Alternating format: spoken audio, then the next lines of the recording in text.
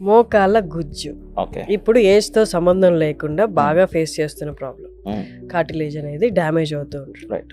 ఈ మోకాళ్ళ గుజ్జు అరగడాన్ని మనం ఆపొచ్చా? మోకాలు అరగడాన్ని ఆపగలమా అనే దానికంటే ముందు అసలు ఎందుకు అరుగుతుందని తెలుసుకోవాలి ఫస్ట్. ఒక షార్ట్ 1 or 2 పాయింట్స్ చెప్తాను నేను దానికి. ఒకటి ఏంటంటే abuse or over use, like I told, most common గా జరిగేది. 2 is డీజనరేటివ్. వయసు పెరిగే కొద్దీ వచ్చే డీజనరేషన్ అంటే న్యాచురల్గా ఎలా అయితే బండి టైర్లు అరిగిపోతుంటాయో నడిచే కొద్దీ అలానే కార్టిలేజ్ కూడా అరిగిపోతుంది. Right, that is second. మూడోది వచ్చేసి జెనెటిక్. కొందరు genetically they are prone to arthritis, so they continue to have that.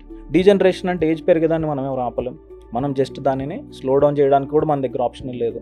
We only can do our exercises. దాంతో జాయింట్ హెల్త్ అనేది మెయింటైన్ అవుతుంది, వస్తుంది. No comes to the avoidable factors.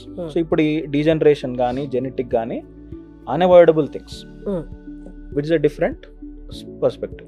Next avoidable things, number 1 is obesity.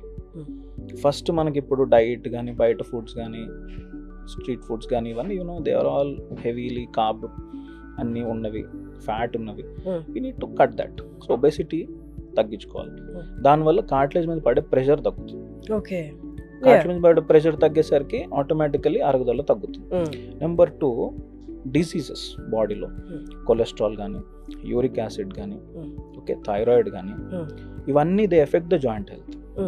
So ఇవి మనం control ఉంచుకుంటాం. So because అవి రాకుండా మనం ఎవరు ఆపలేం. Right, they are all there. మనకి అవి వచ్చినాయని తెలుసుకోవడం ఎప్పటికప్పుడు, వాటిని కంట్రోల్ ఉంచుకుంటే అరుగుదల అనేది స్లో డౌన్ చేయొచ్చు.